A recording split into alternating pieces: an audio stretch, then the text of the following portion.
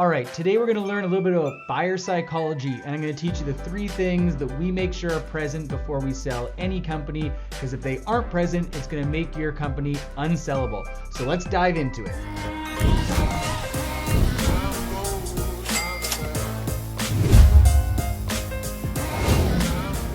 Welcome to the Happy Dealmaker channel. I'm Scott Duke. On this channel, we empower entrepreneurs to sell companies on their own and give them all the tools and resources they need to do just that. So if you're looking to sell your company, don't forget, like, subscribe. Let's get into the content. So in this episode, I'm going to cover those things really high level, and then there's going to be future episodes that are going to dive deep into each one if you guys are more interested in knowing how to implement each one of those elements into your business to ensure that you're successful. But first of all, let's just start with the 3, and actually let's start with the most important thing in small business sales, which is first thinking about your buyer, right? We need to be buyer centric. We need to have our buyer in the front of our minds when we're putting our company together, we're building our company to sell, because if we don't, then at the end of the day, we're not going to end up attracting a buyer. This is no different than your company right now. Every single day you're thinking about, okay, what products, what services are my customers going to want, are my customers going to buy more of? And that's kind of the hat you're wearing right now. Well, when you go to sell your company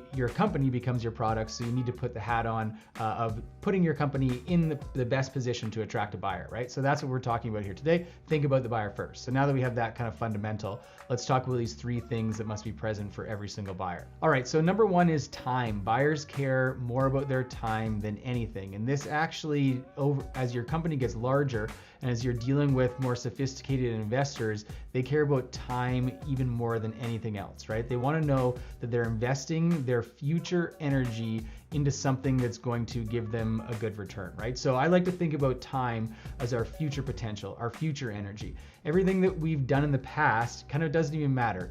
I'm going to talk about that in a second, like where that's stored, but everything that's done in the past is gone, and all that's left for us is the future. Like when we think about time, we don't think about the time that we have last week. We think about the time that's left in this week, or we think about the time that's left today.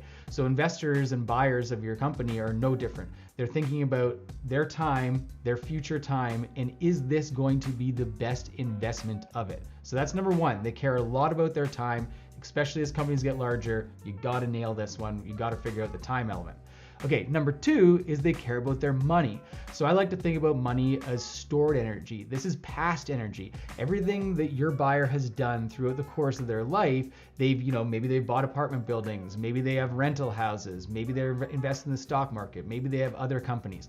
But all those assets that they've put their cash into, maybe it's just liquid cash sitting in the bank, that's all representative of stored energy. It's something that they did in the past that then created an asset that they have stored value in, right? And they're extremely protective of that stored value. And we understand this. Like that's the same for us. Like the money that we have in the bank, we kind of know exactly the amount that we have in there, and it's earmarked for different things that we want to do with it, and we want it to grow, right? So investors and your buyer, the second thing they care about is their money. So number 1 is time, number 2 is money.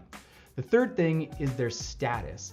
And depending on the kind of individual, this can be sometimes even more important than time or money. It's how am I in my social circle, right? It's like, where am I placed on the social hierarchy?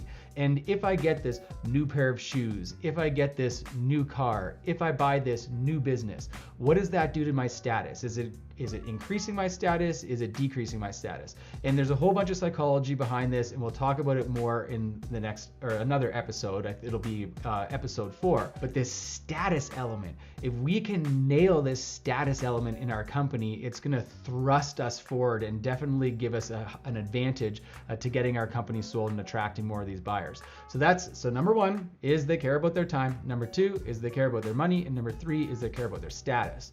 So these are the 3 sacred resources, right, that no buyer ever wants to lose, and they never want to lose, and they always want these 3 things to grow.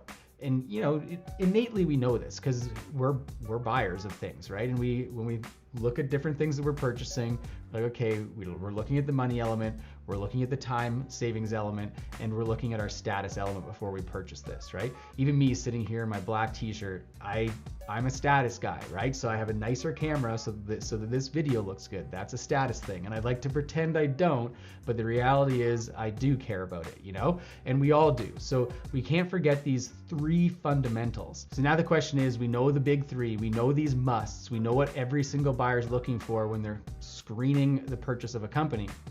So how do we make sure that our company gets through this screening and squeaks through the cracks and make sure that we have a successful sale? Well, that's what the next video is. I'm going to take apart each single one. We're going to talk about time, we're going to talk about money, and then we're going to talk about status and tell you exactly what you need to do in your company to make sure you get past through all of those screens and over all those hurdles. All right, we'll see you in the next video. Don't forget, like, subscribe if you found value here. We're going to keep pumping these videos out every single week so you guys have all the tools, knowledge, and resources to make sure that you're going to be successful when you sell your company. All right, see you in the next video.